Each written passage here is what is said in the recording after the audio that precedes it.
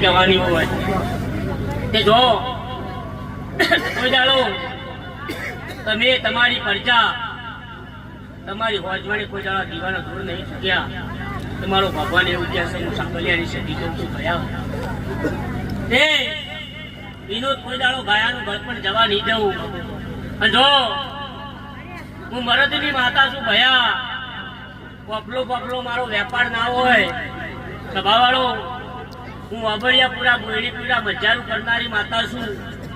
અન બાપુ તમે મારા છો અને હું તમારી છું જજી. કોઈ દાડો તમારા મારા વચ્ચે અંતર નહીં રહ્યો.